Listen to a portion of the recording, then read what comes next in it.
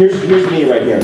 I listen to top 40 radio hits. I want you to blow my mind by telling me your favorite band right now. Come on, don't let me down. What's a good band here? I like the Mountain Goats.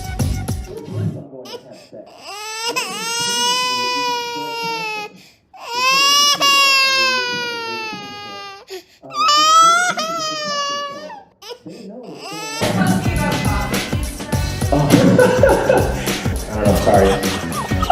If you don't like it, you can leave. Go ahead. Biggest laugh I've had all night. Well, I'm having a big laugh too, just looking at you, man. Have a nice night. Here's an inconvenient truth for you all. Ooh, surprise, surprise! What? What? Thank you. Boy. Man, can we've seen some great comedy tonight. I think we saw some really cool stuff. I personally have never seen anything quite as cool as what I've seen today. Can we get a big round of applause for everybody that's gone up so far and performed for this stuff? Wow. That's a really generous round of applause, but I don't think it was enough. I think you need to do a little bit more.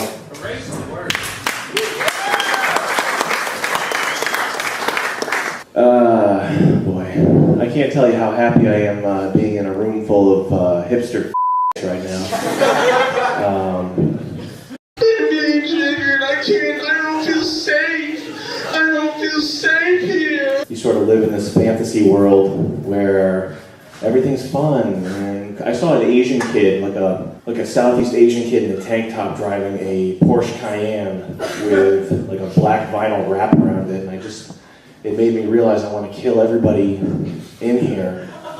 I mean, you have good taste, and I'm not here to knock you. I'm here to defend you and be your friend. You have good taste. You listen to the best music. Is that true? That's true, isn't it? Okay.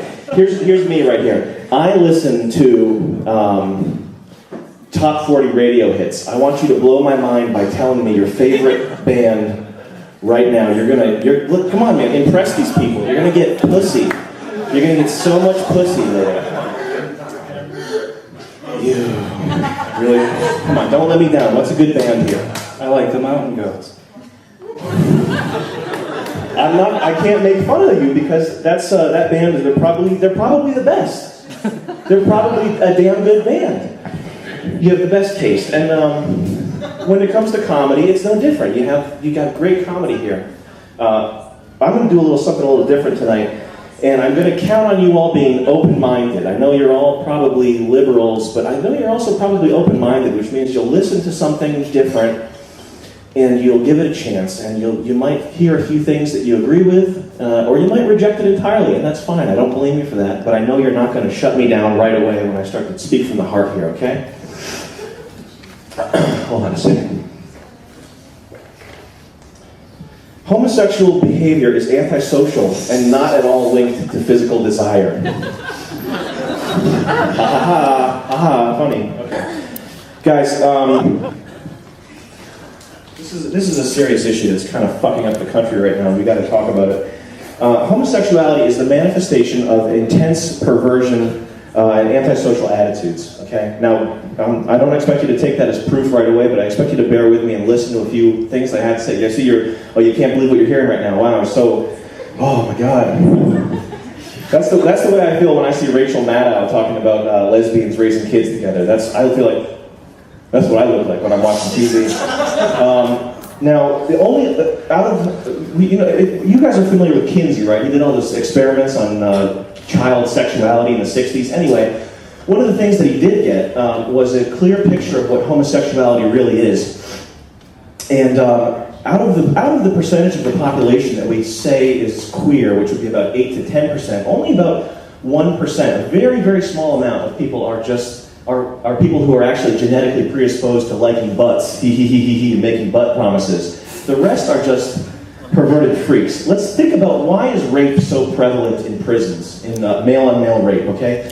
All across America, you have millions of people without access to females. They don't have girlfriends, but they masturbate. They don't go around raping each other. So it's not a lack of access to females that causes this. It's that homosexuality is a decidedly aggressive outlet of anger or social anxiety, okay? Why else do gay men have so many sex partners? They have sex partners in the hundreds compared to the average hetero assortment of 5 to 15 sex partners. With me, it's a higher number. But has anybody ever heard of AIDS patient zero? Anybody? You probably heard of this guy, okay? His name was Gaëtan Dugas, and spoiler alert, he was a hypersexual hundreds of men yearly. Okay, they don't mention that a lot on the news, the media. But you'll seldom hear about what his sexual proclivities had to do with the original outbreak of AIDS. Here are a few choice. Could you stop talking, please? You two, right there. Just go outside and get to talk. Here are a few choice quotes. I'm saving. Now, this is for the future. This is for the kids that your kids here. Okay. Bye.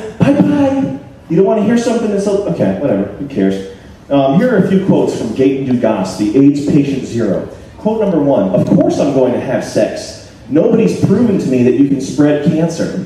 Here's quote number 2 at a little bit of a later point there. It's their duty to protect themselves. They know what's going on out there.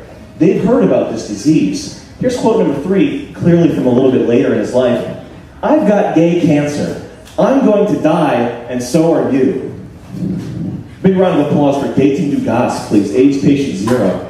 Thank you. Now, a lot of people will say that the gayness stems, well, what I would say, I think it stems from child abuse.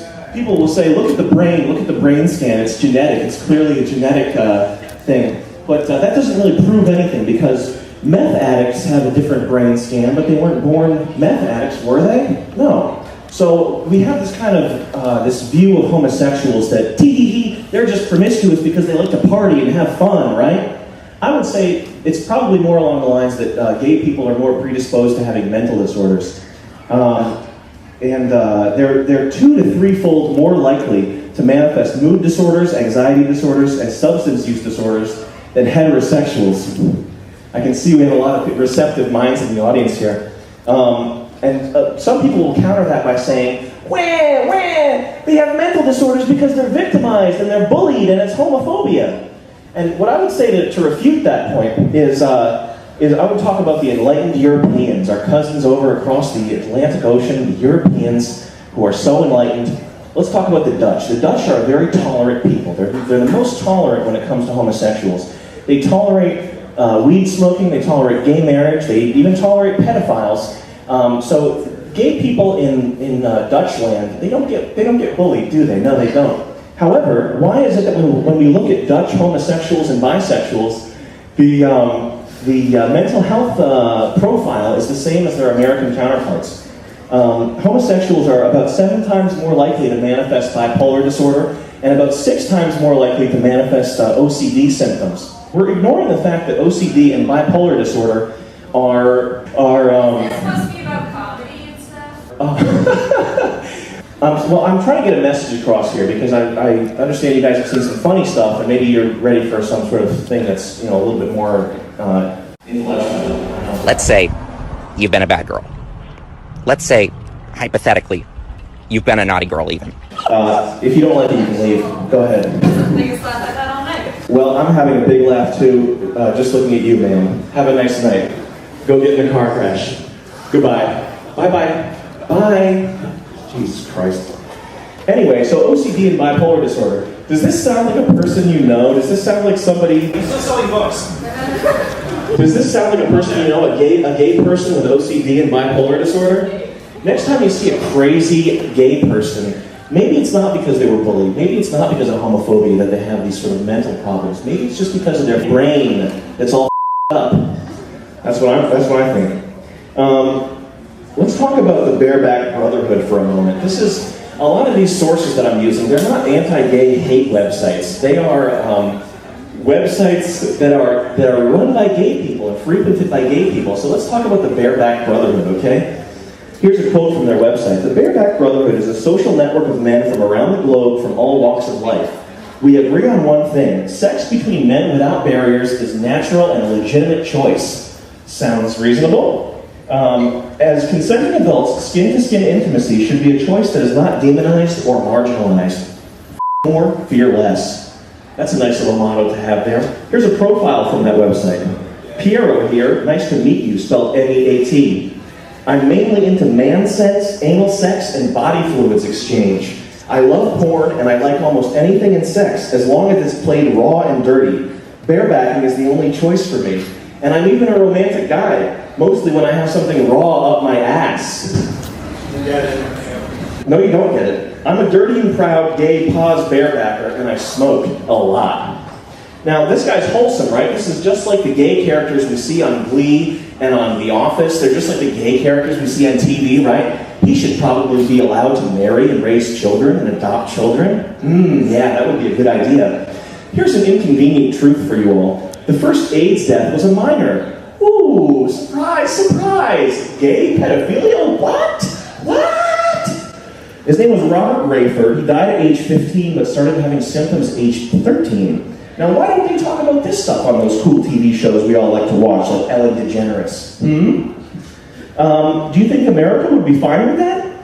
No, we better clean that image up. We better paint a nice, pretty picture. Gay men, single, monogamous relationships, hand in hand, white picket fences. That's the way it is, not tons of sexual promiscuity.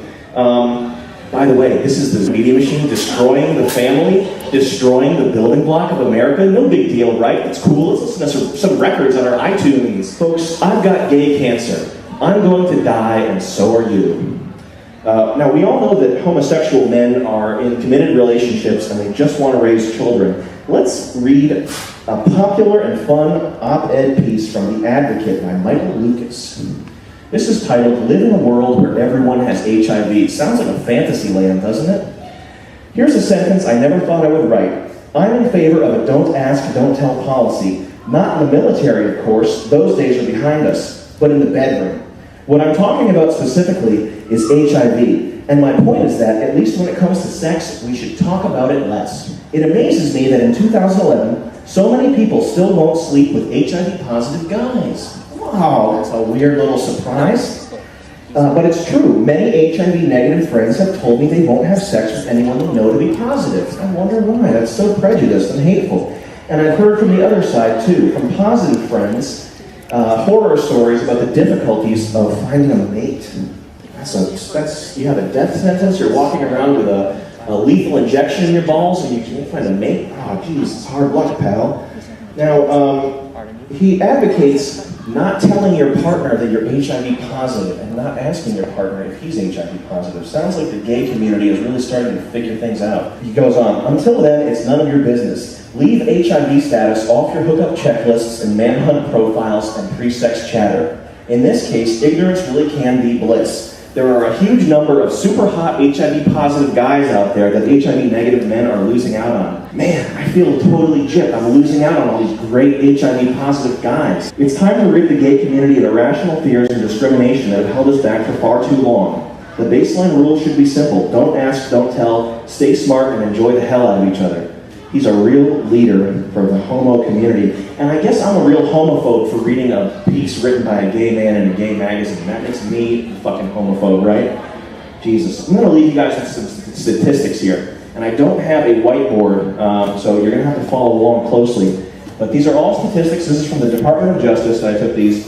And for the purposes of factoring these things, I'm going to be using the most lenient. I'm going to be painting the prettiest picture possible. I'm not going to be using, if it's a range of statistics, I'm not going to be using the plus or minus 3 to my advantage here. 96% of all child molesters are male. 1 out of 3 molestation victims is a boy. 1 to 3% of the total US population is homosexual. 1 to 3% of the general population commits 1/3 of the child molestation. What that means is, best case scenario, is that 55% of homosexuals are child molesters. So that means when you go meet a new friend and he's gay, oh, hey, what's up? I'm gay. I'm totally best friend material. I'm cool. I'm like the people you see on TV, right? I'm totally well-adjusted. Flip a coin, and if it's heads, he's probably going to give a kid head later. Thank you, guys. Stay safe. Use protection. And remember, I've got gay cancer. I'm going to die, and so are you. Thank you, guys.